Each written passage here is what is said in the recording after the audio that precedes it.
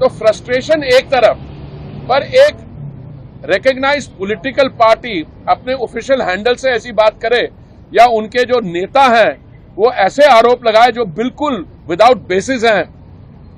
हमने election commission के सामने ये बात रखी और हमने उनसे कहा कि ये नोटिस वाली बात नहीं है, इस पर तो अब सख्त कार्रवाई होनी चाहिए।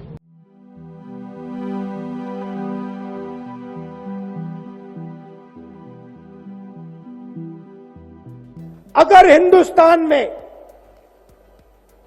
मैच फिक्सिंग का चुनाव बीजेपी जीते और उसके बाद संविधान को उन्होंने बदला, तो इस पूरे देश में आग लगने जा रही है। जो मैंने कहा याद रखो। एक तो कल रामलीला मैदान में जो I_N_D_I_A अलायंस की एक मीटिंग हुई रामलीला मैदान में, उसके दौरान श्री राहुल गांधी जी ने कई ऐसी बातें की जो अपने आप में बहुत ऑब्जेक्शनेबल है और इनकी अगर इम्प्लीकेशंस देखिए जो उन्होंने कहा वो और भी सीरियस है। उन्होंने कहा कि ये फिक्स्ड मैच है। आप सब क्रिकेट गेम के साथ फेमिलियर हैं। फिक्स्ड मैच क्या होता है कि अंपायर भी आपका होता है और जो है ना मैच का जो नतीजा है वो पहले से ही तय कर दिया गया हुआ।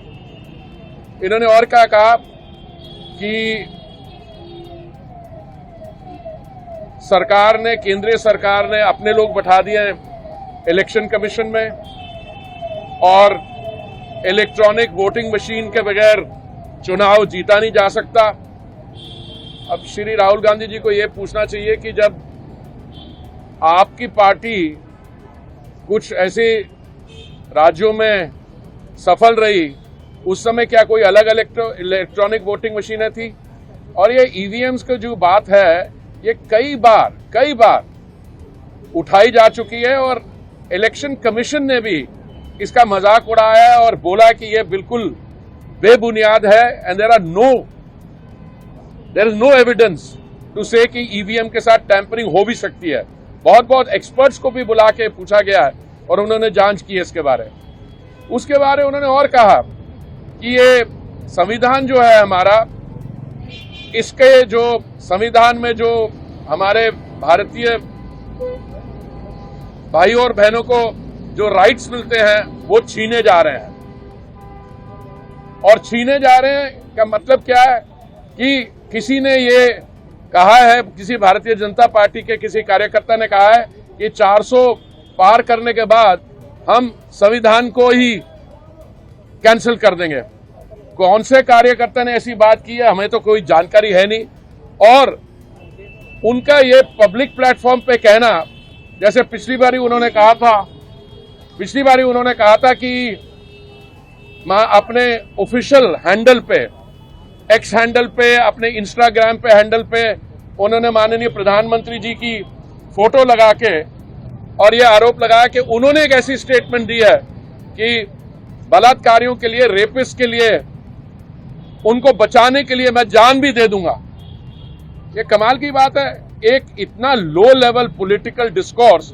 और कल कहा उन्होंने कि अभी कॉन्स्टिट्यूशन, संविधान, उसको कैंसिल कर दिया जाएगा, देश जो है टुकड़े टुकड़े हो जाएंगे और देश में आग लग जाएगी। मैं समझता हूं उनकी फ्रस्ट्रेशन तो काफी हद तक हम समझ सकते हैं। वो भारत जोड़ने यात्रा गए, उनकी जो वो अलायंस है, क्या नाम है, इंडी या घमंडी अलायंस, वो टूटती जा रही है। कई पार्टियां उनको छोड़ गई हैं। तो फ्रस्ट्रेशन एक तरफ, पर एक रिकॉग्नाइज पॉलिटिकल पार्टी अपने ऑफिशियल हैंडल से ऐसी बात करे या उनके जो नेता हैं वो ऐसे आरोप लगाए जो बिल्कुल विदाउट बेसिस हैं। हमने इलेक्शन कमीशन के सामने ये बात रखी और हमने उनसे कहा कि ये नोटिस वाली बात नहीं है, इस पर तो अब सख्त कार्रवाई होनी चाहिए।